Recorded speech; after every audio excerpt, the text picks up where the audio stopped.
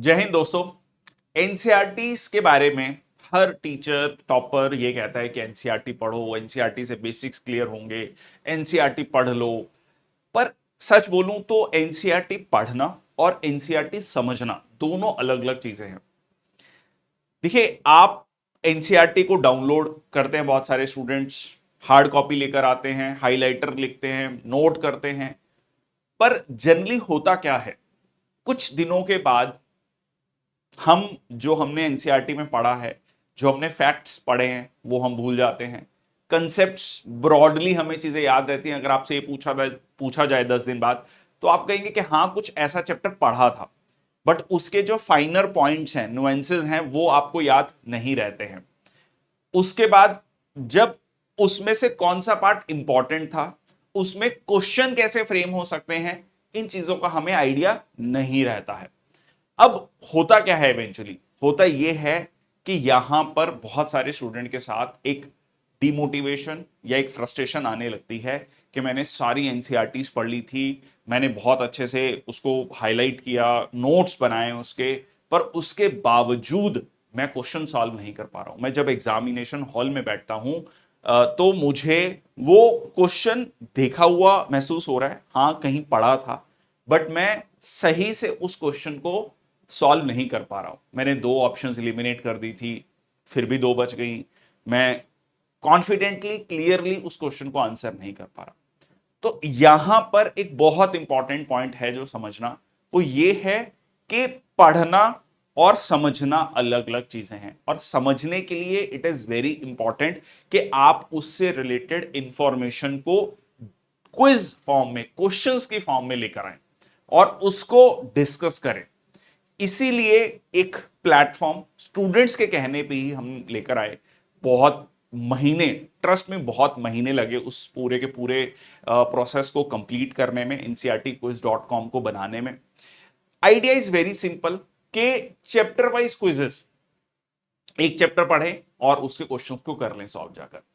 आप उन क्वेश्चंस को जब आप सॉल्व करेंगे तो जो एक एब्स्ट्रैक्ट इंफॉर्मेशन है वो आपको क्वेश्चंस की फॉर्म में मिल रहा है।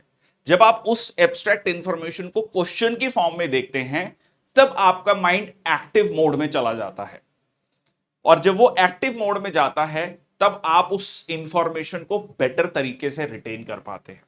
बहुत सारी स्टडीज हैं, आप गूगल खोल के देख लीजिए।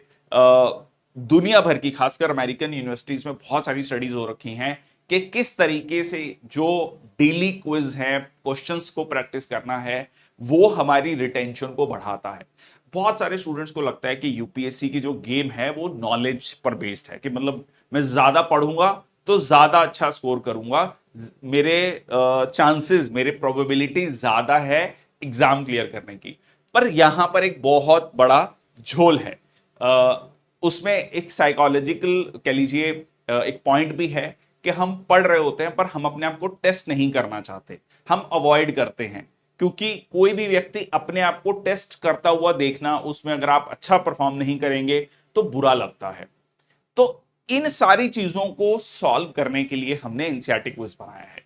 एक फन वे, एक तरीका जिससे कि आप उस इंफॉर्मेशन को बहुत जल्दी से, बहुत क्विकली रिवाइज कर सकते हैं।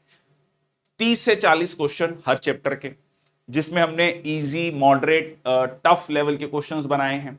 हमने वन लाइनर क्वेश्चन है, which of the following statement is correct, which of the following statement is not correct, 4 option है, सीधा आपको आंसर टिक करना है। फिर अगला सेट ऑफ क्वेश्चंस हैं जिसमें स्टेटमेंट बेस्ड क्वेश्चन है, 1 2 3, 1 2 करेक्ट, 2 3 करेक्ट, 1 2 3 करेक्ट। फिर आपका match the following type of questions है। तो जब आप पूरे क्वेश्चंस को करेंगे तो इंफॉर्मेशन कंसोलिडेट होनी शुरू होगी।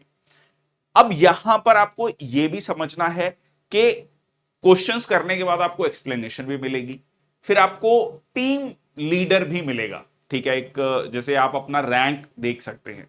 इसमें एक और बहुत इंपॉर्टेंट पॉइंट है कि आप जनरली प्रॉब्लम कहां आती है, अगर आप एग्जाम में देखेंगे कि आपको अपनी परफॉर्मेंस को इंप्रूव करना है। बहुत सारे बच्चों के साथ एक चैलेंज रहता है कि सर 120 क्वेश्चन थे एग्जाम में, 100 क्वेश्चन थे, 125 क्वेश्चन थे, हमने 10 क्वेश्चन छूट गए, हमने 10 क्वेश्चन पढ़ ही नहीं पाए, 20 क्वेश्चन छूट गए।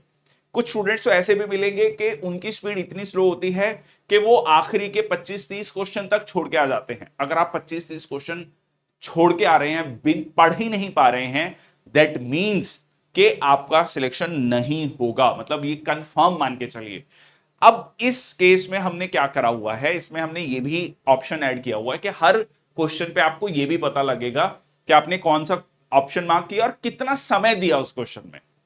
ठीक है, जैसे कि मान लीजिए आपको सेकंड्स में वहां पर मेंशन होगा कि ये क्वेश्चन आपने 20 सेकंड में सॉल्व कर लिया, इसमें आपको 60 सेकंड लगे, इसमें आपको 170 सेकंड्स लगे।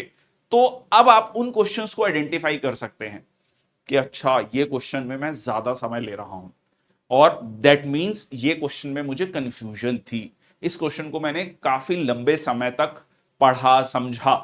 दैट मींस या तो इस क्वेश्चन को मुझे अवॉइड करना है एक्चुअल पेपर में, या फिर इस क्वेश्चन के कंसेप्चुअल क्लैरिटी करनी है, ताकि जो मेरा समय इसमें लग रहा है वो उस समय को मैं कम कर सकूं। अगर इस तरीके से आप हर क्वेश्चन में 5 सेकंड 10 सेकंड भी बचाते हैं तो मान के चलिए कि 100 क्वेश्चन में 500 सेकंड्स बचते हैं। ठीक है जी, रफली 8 to 9 मिनट्स, वो 8 से 9 मिनट आपके और 8 से 10 क्वेश्चन इंप्रूव कर सकते हैं। So that is the power of doing the questions on a regular basis. So it is very important that you go history, geography, polity, economy, science, सबके जो है चैप्टर वाइज क्विजेस हैं, शुरुआत कीजिए। एक याद रखिए, एक चीज को याद रखिए कि फौज को सिविलियन से क्या चीज अलग करती है। It is not the motivation. बहुत लोगों को लगता है कि फौज बहुत मोटिवेटेड है, मोटिवेशन है, but that is not on a daily basis. सबसे इंपॉर्टेंट है डिसिप्लिन, कंसिस्टेंसी। सुबह उठना है तो उठना है, इतने बजे रोल कॉल होगी, पीटी शुरू होगी इतने बजे ड्रिल होगी। इसमें आप अच्छा लग रहा है, बुरा लग रहा है, डल फील हो रहा है, बहुत एक्साइटेड फील हो रहा है, हर दिन आपका मोटिवेशन सेम नहीं हो सकता, किसी भी व्यक्ति का नहीं हो सकता, और बहुत बार आपको सेल्फ डाउट भी आएगा। बट एक चीज जो कंसिस्टेंट रह सकती है वो आपके एफर्ट्स हैं, और वो अगर एफर्ट्स कंसिस्टेंट है, आप रेगुलर क्वेश्चंस की प्रैक्टिस कर रहे हैं, वो धीरे धीरे, वो बहुत सटल तरीके से, आप महसूस भी नहीं कर पाएंगे, सटल तरीके से वो आपकी प्रिपरेशन किस लेवल पर पहुंचती जाएगी। वो जब आप 2 महीने 3 महीने बाद क्वेश्चंस को प्रैक्टिस करेंगे, मॉक टेस्ट को प्रैक्टिस करेंगे, तब आपको समझ आएगा कि आप किस लेवल को अचीव कर सके।